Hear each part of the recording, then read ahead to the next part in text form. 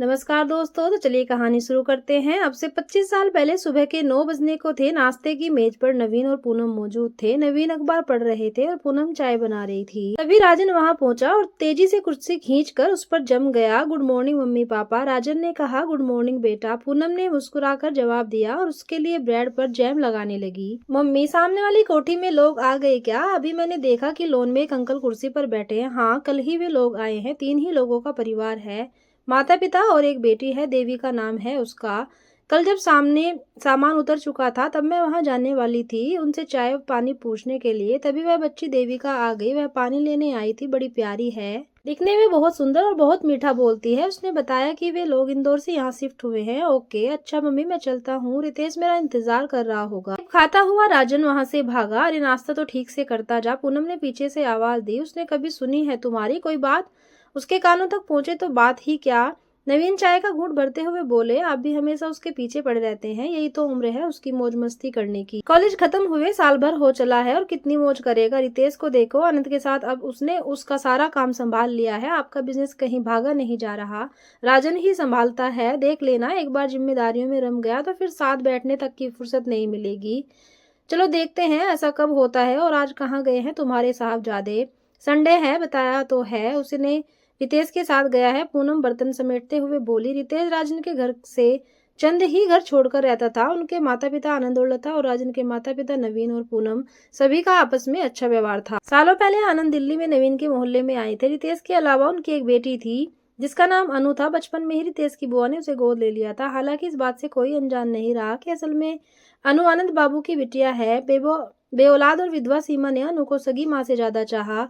मध्यम वर्गीय परिवार था आनंद बाबू का, पर चूंकि अब उनके पास केवल रितेश ही था, इसलिए ठीक ठाक गुजारा हो जाता था सबका। त्योहारों में एक दूसरे से मिलने पर लता और पूनम की भी अच्छी बनने लगी। रितेश का दाखिला भी राजन के स्कूल में ही हो गया था। फिर तो पहले स्कूल फिर कॉलेज, दोनों की दोस्ती परवान चढ़ती। हालांकि दोनों काफी विपरीत प्रवृत्ति के थे। जहाँ रितेश कुछ गंभीर था, अंतर्मुखी था, वहीं राजन मस्तमौला किस्म का था। जीवन यात्रा के सफर को हंसते गाते प्यार करना चाहता था। सभी से चुगलबाजी करना उसकी आदत थी। कुल मिलाकर अलग स्वभाव होने पर भी दोनों में एक गहरी छंती थी। इसके घर के बाहर राजन ने जोर जोर से हॉर्न बजाना शुरू कर दिया तो रितेश तेजी से सीढ़ियां उतरते हुए और लता को बाय करता हुआ बाहर की ओर लपका। अरे अब बंद भी कर, पूरे मोहल्ले को घर से बाहर निकालना है क्या? अरे यार, तू तो मेरे दोस्त है, तू मेरा, मैं तेरी दुनिया से क्या लेना? राजन गुनगुनाते हुए बोला। रितेश उसे देखकर हंस पड़ा और बता, जन्मदिन की तैयारियां कैसी चल रही है? वैसे ही जैसे हर साल होती है। पापा के दोस्त, मम्मी की सहेलियां, रिश्तेदार, पड़ोसी सभी होंगे, पर मेरी तरफ से बस एक ही बंदा है जो पार्टी में ना हो तो पूरी पार्टी कैंसिल कर दूं। समझा कि अभी और समझाऊं? समझ गया यार, तेरा जन्मदिन है और मैं ना जाऊं ऐसा कभी हो ही नहीं सकता। अच्छा भी है तो बता कि हम जा कहाँ रहे हैं? इतनी देर से जन्मदिन की बात चल रही है तो क्या जन्मदिन का केक भी नाइट सूट में काटेगा? हम अपने लिए कपड़े खरीदने जा रहे हैं। पार्टी राजन के घर पर ही थी। घर का हाल रोशनी से नहा चुका था। मेहमानों की चहल पहल जारी थी। राजन और रितेश भी अपने अन्य दोस्तों के साथ मगन थे। तभी पूनम राजन के पास आई। चलो बेटा, केक नहीं काटना क्या? सब इंतजार कर रहे हैं। चलो मम्मी, केक भी तो इंतजार कर रहा होगा। तू चल, मैं आया। राजन रितेश के कंधे पर हाथ रखकर गाता हुआ टेबल के पास पहुंच गया। जैसे ही मोमबत्तियां बुझाने के लिए वो झुका, वैसे ही सामने से एक खूबसूरत लड़की ने प्रवेश किया। राजन की निगाहें जैसे उस पर थम गई और रितेश भी एकटक उसे ही देख रहा था। गुलाबी रंग के सूट में वह खिला हुआ गुलाब प्रतीत हो रहा था। बड़ी बड़ी आंखें, नाजुक होठ, कंधे पर बिखरे बाल, सारी कायनात की खूबसूरती जैसे उसमें समा गई थी। अरे देविका, आओ बेटा। देविका के साथ उसकी माँ आशा भी थी। पूनम ने उसका अभिवादन किया और उसे अपने पास ही बुला लिया। चलो बरखुरदार, मोमबत्तियां पिघल कर आधी हो चुकी हैं। नवीन बोले। ओ हाँ, राजन जैसे होश में आया हो उसने फूंक मारकर मोमबत्तियां बुझाई तो हॉल तालियों की गड़गड़ाहट से गूंज उठा। केक काटकर सबसे पहले उसने पूनम और नवीन को खिलाया और फिर रितेश को खिलाने लगा। जवाब में रितेश ने भी केक का एक बड़ा सा टुकड़ा उसके मुंह में डाल दिया। यह देखकर सभी जोर से हंस पड़े, पर राजन के कानों तक तो हंसी पहुंची वह देविका की थी। चूड़ियों की खनखनाहट जैसे हंसी उसके सीधे अपने दिल में उतर गई। जितनी देर पार्टी चलती रही उतनी देर राजन की निगाहें चोरी छुपे देविका को ही निहारती रही। घर सामने ही होने की वजह से उस दिन के बाद से देविका कभी कभी राजन के घर आ जाती थी। वह काफी निपुण थी हर कला में। अलग अलग तरह के व्यंजन पूनम को चखाने लगी। राजन से कभी कभी आमना सामना होता, कुछ औपचारिक बातें ही होती। पूनम को तो वह शुरू में ही पसंद थी।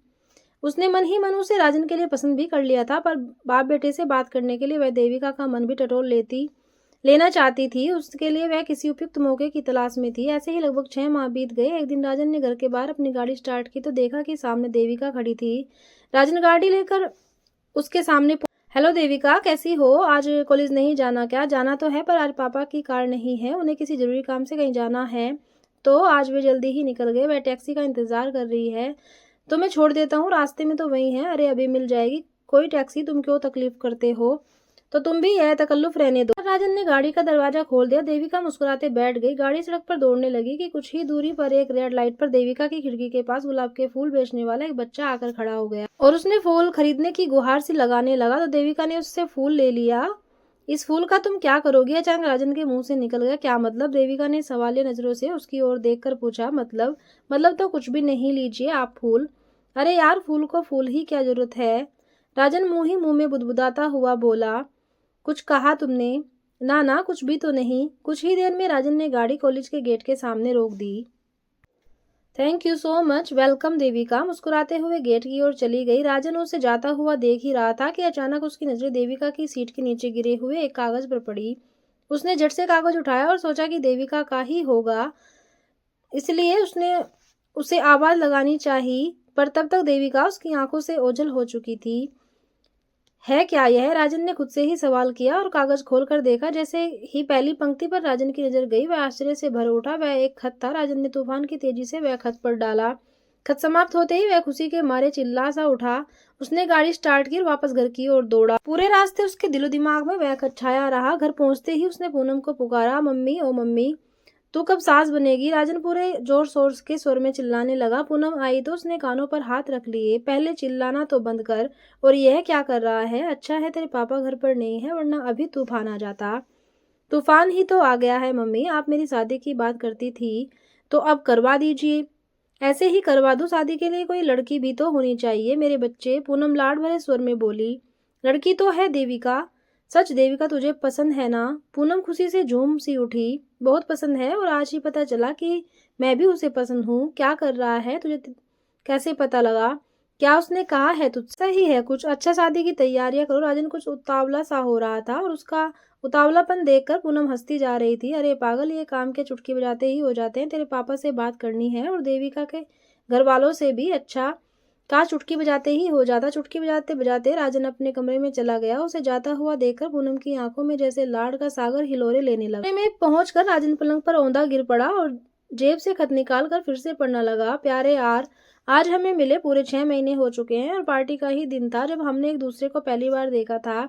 उस दिन ऐसा लगा था जैसे तुम्हारी नजरों में मेरी रूह को छू लिया हो। तब से आज तक हुई चंद मुलाकातें ही मेरे मौन प्रेम की साक्षी रही। उन मुलाकातों में जो छोटी छोटी बातें हुई हैं, जैसे तुमने मुझे देखा, उन्हीं पर मेरा विश्वास टिका है। मुझे लगता है कि इस पवित्र प्रेम को शब्दों की जरूरत नहीं है, बस हम हमारे माता पिता भी इस खूबसूरत रिश्ते को अपनी मंजूरी दे दे। घर पर मेरी शादी की बात चलने लगी है, तुम अपने माता पिता को इस बारे में बता दो ताकि वह रिश्ते की बात करने घर आ सकें। दिल से सदा ही तुम्हारी डी। न जाने वो खत राजन ने कितनी ही बार पढ़ डाला। पढ़ते पढ़ते ही उसकी आंख लग गई। रात हुई तो डाइनिंग टेबल पर नवीन ने राजन के बारे में पूछा तो पूनम ने बताया कि आज तो वह बिना खाए ही सो गया है। क्यों, ऐसा क्या हो गया? वही जो इस उम्र में हो जाया करता है। पहेलियां ना बुझाओ, पहले पूरी बात बताओ। हम देविका के माता पिता से बात कर लेनी चाहिए। राजन और देविका एक दूसरे को चाहने लगे हैं। यह कब हुआ? क्या आप भी? प्यार किया नहीं जाता, हो जाता है। जैसे माँ वैसा ही बेटा। अरे पहले कारोबार में मेरा हाथ बटाए, फिर प्यार मोहब्बत में पड़े। शादी तो दूर की बात है। शादी होती है तो जिम्मेदारी का एहसास खुद ब खुद जग जाता है। और फिर राजन ने कौन सी नौकरी ढूंढनी है, अपना ही कारोबार तो संभालना है। वार्तालाप यहीं समाप्त हो गया। इधर देविका बेहद परेशान हो रही थी। अपने कमरे की एक एक चीज, एक एक किताब वह ढेरों बार छान चुकी थी, पर उसका खत उसे नहीं मिल रहा था। किताब में ही तो रखा था। अंत में थक कर वह पलंग पर बैठ गई। उसके सब्र का बांध टूट गया और वह फूट फूट कर रोने लगी। आखिर कहाँ गया खत? वह खत रितेश के लिए था। रितेश और देविका की प्रेम कहानी राजन के जन्मदिन की पार्टी में आरंभ हुई थी। जब वे राजन के घर पहुंची थी तो सबसे पहले उसकी नजरें रितेश से ही मिली थी। रितेश भी उसे ही देख रहा था। फिर पूरी पार्टी में वे कभी खाना एक साथ लेते हुए टकराते तो कभी अपने परिजनों के साथ आपस में हुए परिचय के दौरान एक दूसरे को देखते रहे। उस दिन शब्दों की सीमा चाहे हेलो में ही खत्म हो गई हो, पर दिल से दिल की बातें ऐसी थी कि मानो लगता हो जैसे उनका अंत ही नहीं है। पूनम के घर जब भी कोई महफिल जमती तो लता के साथ आशा भी शामिल होती थी। इस तरह आशा और लता की भी अच्छी बातचीत हो गई। पूनम सभी के सामने देविका की पाक कला की खूब तारीफ करती थी। तो ऐसे में लता एक दिन बोल उठी, अरे तो कभी हमें भी खिलाओ ना। यह सुनकर आशा बोली, क्यों नहीं, यह भी कोई कहने की बात है। फिर एक दिन देविका लता के घर पहुंची तो शायद लता वहां नहीं थी। दरवाजा रितेश ने ही खोला था। दोनों एक दूसरे को देखकर मुस्कुरा दिए। आओ देविका, आंटी नहीं है क्या घर पर? नहीं, कहीं बाहर गई हैं, पर बस अभी आती ही होंगी। यह मैंने खीर बनाई थी, सो मैं उनके लिए लाई हूँ। बस आंटी के लिए, मेरे लिए नहीं? नहीं, ऐसा नहीं है, तुम खा लो, अचकचाकर बोल उठी वह। उसकी हालत देख और उसकी बात सुनकर रितेश की हंसी छूट पड़ी। अरे घबराओ मत, बैठो तो सही, मैं पानी लाता हूँ। देविका ने कटोरा मेज पर रखा और सोफे पर बैठ गई।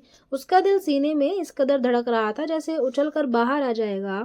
तभी रितेश पानी ले आया। देविका ने एक ही सांस में ग्लास खाली कर दिया। अच्छा, मैं चलती हूँ, कहकर वे तेजी से वहां से निकलने को हुई। अरे देविका सुनो तो, रुको देविका। देविका के कदम वहीं जम गए। मुश्किल से उसने पीछे घूमकर देखा। रितेश सदे कदमों से देविका के पास पहुंचा। देविका की पलकें मानो टनों भरी हो उठी। वे खामोशी पर खूबसूरत पल शायद उन दोनों के लिए उन अनमोल मोतियों के सामान हो चुके थे जिन्हें वे सदा सहेज कर रखना चाहते थे। ऐसा लग रहा था जैसे वक्त वहीं थम गया हो। तभी रितेश ने खुद को संभाला। ओ हाँ, ठीक है देविका, मम्मी आएगी तो मैं उन्हें बता दूंगा कि तुम आई थी। यह सुनकर देविका की नजरें ऊपर उठी तो फिर वह मुस्कुराकर वापस लौट गई। एक दिन रितेश को रास्ते में देविका के पिता मोहन मिल गए थे। रितेश ने उन्हें घर छोड़ने के लिए अपने स्कूटर पर बैठा लिया। बातों ही बातों में उन्होंने रितेश से देविका की पढ़ाई में कठिन विषय का जिक्र किया तो रितेश ने कहा कि वह एक दिन घर आकर कुछ जरूरी नोट्स दे देगा जिससे देविका की काफी मदद हो जाएगी। तब 3-4 बार रितेश ने उसके घर जाकर उसकी फाइल पूरी बनवा दी थी। इन्हीं कुछ मुलाकातों में देविका उसके प्रति बहुत ज्यादा आकर्षित हो चुकी थी। एक दिन उसने शरारत करते हुए रितेश की चाय में नमक मिला दिया। सोचा था कि गुस्सा करेगा, पर वह बिना शिकायत करे जब पूरी चाय पी गया तो देविका की आंखें भर आई। अपने प्रति ग्लानि से और उसके प्रति प्यार से आज शाम को भी रितेश घर आने वाला था, इसलिए देविका ने अपने मनोभाव खत में उतार दिए थे और आज वह एक उपयुक्त मौका देखकर खत उसे देना चाहती थी। शाम को रितेश घर आया तो आशा ने उसे बिठाकर देविका को आवाज लगाई। देविका का मुरझाया चेहरा देखकर रितेश असमंजस में पड़ गया। बेटा सवेरे से अपनी फाइल ढूंढ रही है, मिल ही नहीं रही। देख कैसे रो रो कर अपनी आंखें सुझा ली है। तू जरा समझा, मैं चाय आती हूँ। आशा रसोई में गई तो रितेश ने पूछा, कहाँ खो गई? फाइल क्या कॉलेज में? देविका की आंखों से फिर आंसू बहने लगी। तब धीरे से रितेश ने उसके हाथ पर हाथ रखकर बेहद आत्मीय स्वर में कहा, रो मत, किताब ले आओ, कोशिश करके दोबारा बना लेते हैं। अब देविका से रोका न गया। उसने धीमे स्वर में कहा, आई लव यू, मैं तुमसे बहुत प्यार करती हूँ, तुम्हारे बिना नहीं रह सकती। तुम भी मुझे चाहते हो ना रितेश? रितेश उसकी ओर हैरानी परेशानी निगाहों से देख रहा था। तुम कुछ कहते क्यों नहीं हो, कुछ तो कहो। रितेश के मुंह से कोई बोल न निकला। देविका को जैसे उसका जवाब मिल गया। अपनी रुलाई रोकने के लिए उसने दुपट्टा अपने मुंह में दबा लिया और तेज कदमों से वहां से चली गई। रितेश अवाक खड़ा रह गया और कुछ पलों बाद वहां से चला गया। अगले दिन उसने देविका के घर फोन लगाया। ज्यादातर फोन आशा ही उठाती थी, पर उस दिन देविका ने उठाया। हेलो। देविका की आवाज बेहद उदासीन थी। रितेश, तुम? देविका एक अनजानी सी खुशी से भर उठी। देविका, जानता हूँ जो कल तुम पर बीती, जो कल तुमने महसूस किया, पर देविका मैं मजबूर हूँ या शायद तुम्हें निश्चल प्रेम का मैं हकदार नहीं हूँ। तुम सुन रही हो देविका? हाँ सुन रही हूँ। देविका को अपनी ही आवाज जैसे एक कुएं से आती प्रतीत हुई। पापा अब बेहद कमजोर हो चुके हैं, उन्हें उनकी जिंदगी की शाम में अब आराम देना है। अनु दी की जिम्मेदारी से भी मैं मुंह नहीं मोड़ सकता देविका। इस वक्त अपने सुनहरे सपने साकार करने का मादा मुझ में नहीं है। मुझे माफ कर देना, शायद मैं ही बदनसीब हूँ। कोई बहुत खुशनसीब होगा जिसकी जिंदगी में तुम उजाला करोगी। फोन कट चुका था। देविका जड़त्व होकर रह गई थी। शायद वह नीचे गिर पड़ी थी। आशा ने उसके पीछे आकर उसे संभाला नहीं होता तो क्या हुआ देविका, तुम पथरा सी क्यों गई हो? आशा ने घबराए स्वर में पूछा। मम्मी, शायद मैं अब इम्तिहान पास ना कर पाऊं। तेज के साथ अब दोबारा फाइल तैयार करना मुमकिन नहीं है। देविका शून्य में दिखती हुई बोली। अरे बेटे, इस समय इम्तिहान को भूल जाओ और एक खुशखबरी सुन। पूनम का फोन आया था सवेरे, उन्होंने तुझे राजन के लिए मांगा है। बेटी आशा का स्वर खुशी से सरोबार था। आपने क्या जवाब दिया मम्मी? यह सुनकर देविका कुछ सुन्न सी पड़ गई थी। यह कोई समय लेकर सोचने की बात है? मैंने झट से हाँ कर दी। ये क्या किया आपने? मैं और राजन, हम दोनों बिल्कुल अलग हैं। मैं राजन से प्यार नहीं करती, मैं यह शादी नहीं कर सकती। देविका ने भर्राए स्वर में कहा।